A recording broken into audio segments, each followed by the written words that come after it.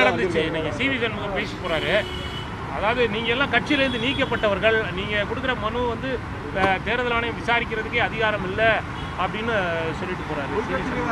அப்போ ஏன் விசாரிக்கிறாங்கன்னு அவங்க மேலே டிஃபர்மேஷன் போட போகிறாங்களா என்னது? விசாரிக்கிறதுக்கே அதிகாரம் இல்லைன்னு விசாரணை நடந்ததுக்கப்புறம் சொல்கிறதுல அர்த்தம் இல்லை. அது விசாரிப்பதற்கு, விசாரணை நடத்துவதற்கு அவர்களுக்கு அதிகாரம் இருக்கிறது. அப்படி ஒரு அதிகாரம் இருக்குதா இல்லையாங்கிறத முடிவெடுக்க சொல்லி சென்னை உயர்நீதிமன்றம் அவர்களுக்கு உத்தரவு கொடுத்துருக்குறாங்க.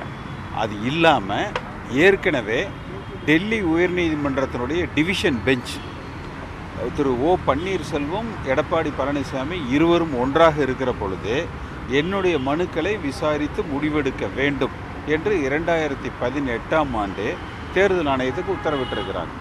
அன்றைய தேதியில் அந்த சின்னம் தொடர்பான வழக்கு சென்னை உயர்நீதிமன்றத்தில் நிலுவையில் இருக்கிற காரணத்தினால நாங்கள் அதை விசாரணைக்கு எடுக்க முடியல. அது ஒரு முடிவுக்கு வந்ததற்கு பிறகு விசாரணைக்கு எடுத்துக்கொள்வதாக தேர்தல் ஆணையம் எனக்கு பதில் கொடுத்திருந்தாங்க. அதையும் அவர்களிடத்தில் நான் தெளிவுபடுத்தியிருந்தேன். இன்றைக்கு நடந்த விசாரணையிலையும் அந்த ஜனவரி 31ஆம் தேதிக்குள் அவங்க தேர்தல் ஆணையம் குறிப்பிட்ட அந்த காலக்கெடுவுக்குள்ள எங்களுடைய பதில் மனுக்கள், திரு எடப்பாடி பழனிசாமி அவர்கள் கொடுத்த பதிலுக்கு எங்கள் ரிப்ளை அனைத்துமே அவர்களுக்கு வந்து கொடுக்கப்பட்டிருக்கிறோம். ஆனால் ஒரு நல்ல வித்தியாசம் தெரியுது. சூழ்நிலைகளும் கால சூழ்நிலைகள் வந்து மாறிய வித்தியாசம் வந்து நிச்சயமாக அது தெரியுது. அது எப்படி வித்தியாசம் மாறுதுன்னா எல்லாம் சேர்ந்ததுனால இல்லை, வெயில் இப்போ ஜாஸ்தி ஆகிடுச்சு. உங்களுக்கு சாதகமாக இல்லை, நான் அதை சொல்ல, அப்போ குளிர்காலமாக இருந்தது, நாங்கள்லாம் கோட்டெல்லாம் போட்டு வந்தோம். இப்போ கடுமையான வெயில் காலமாக இருக்குது. அதனால அந்த வெயிலினுடைய அந்த தாக்கத்தை எங்களால் அங்கே உணர முடிஞ்சுது. வெயிலுடைய தாக்கத்தை ஆமாம், அந்த கால பருவநிலை மாற்றங்களை எங்களால் வந்து உணர முடிஞ்சுது. அதனால நாங்கள் ஜெய் ஹனுமான் சொல்லிட்டு வந்துட்டோம். அப்போ நீங்கள் சொல்கிறது இரட்டையில் அப்போ எடப்பாடி பழனிசாமி இல்லை அப்படி இல்லை சொல்கிறது மாதிரியே இருக்க நீங்கள். இல்லை, நான் அப்படி சொல்லல. இப்போ வெய்ய காலம் பருவ சூழ்நிலைகள் மாறி இருக்கு என்று சொல்லியிருக்கேன். ஹனுமான் சொல்கிறதுலேருந்தே புரிஞ்சுக்கிட்டோம். அதான் பருவ காலங்கள் வந்து இப்போ மாறி இருக்கு என்பதை அவர்கள் குறிப்பால் எங்களுக்கு வந்து உணர்த்தி இருக்கிறாங்க. ஜனவரி 31க்கு பிறகு இருக்கக்கூடிய இந்த 2-3 மாதங்கள் இருக்கிற டெவலப்மெண்ட்ஸை ஒரு ரிட்டன் சப்மிஷனாக கொடுக்கிறேன் என்று அவர்களிடத்தில் சொல்லியிருக்கோம். இல்லை, நீங்கள் என்ன சொல்லியிருக்கீங்க இந்த மனுவில்? என்ன முக்கியமாக என்ன நீங்கள் கேட்குறீங்க? ஏன்னா சிவி சண்முகம் சொல்கிறாரு உங்களுக்கு உடைய மனுவை வந்து விசாரிக்கக்கூடாது, தள்ளுபடி செய்யணும் அப்படின்னு சொல்கிறாங்க. ஏன்னா நீங்கள் எல்லாருமே வந்து கட்சியில் நீக்கப்பட்டவர்கள். எடப்பாடி பழனிசாமி அவர்களுக்கு எங்களை நீக்கிற அதிகாரமே கிடையாது. அதிமுகவினுடைய பைலாப்படி அவர் பொதுச் செயலாளராக தேர்ந்தெடுக்கப்படலை, தொண்டர்களால் தேர்ந்தெடுக்கப்படலை.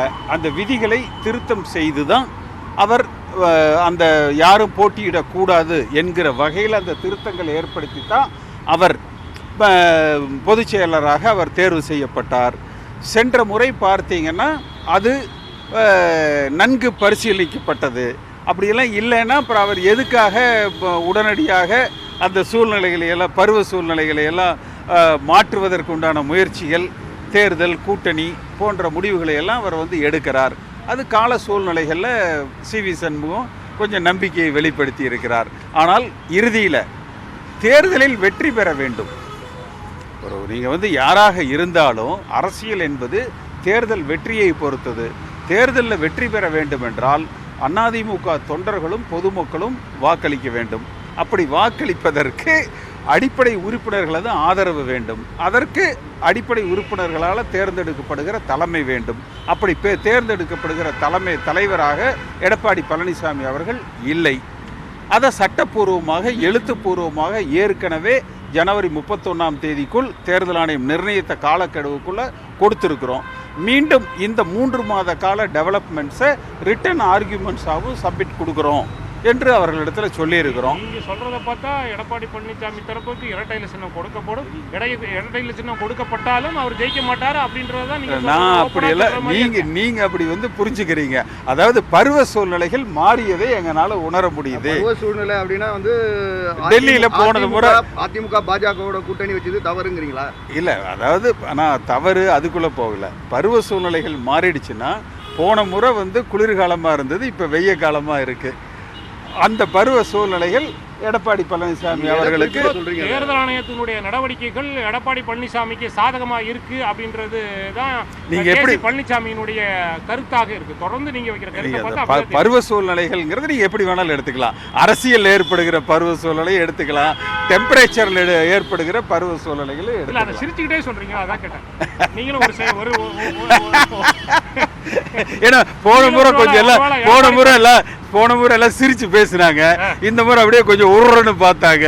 நீங்க சிரிச்சுக்கிட்டே பேசுறீங்களா? ரைட், உங்களுக்கு சாதகமா இருக்குன்றீங்க. நிச்சயமா சாதகமா தானே இருக்கும். செய்திகளை உடனுக்குடன் தெரிந்து கொள்ள உடனே சப்ஸ்கிரைப் பண்ணுங்க.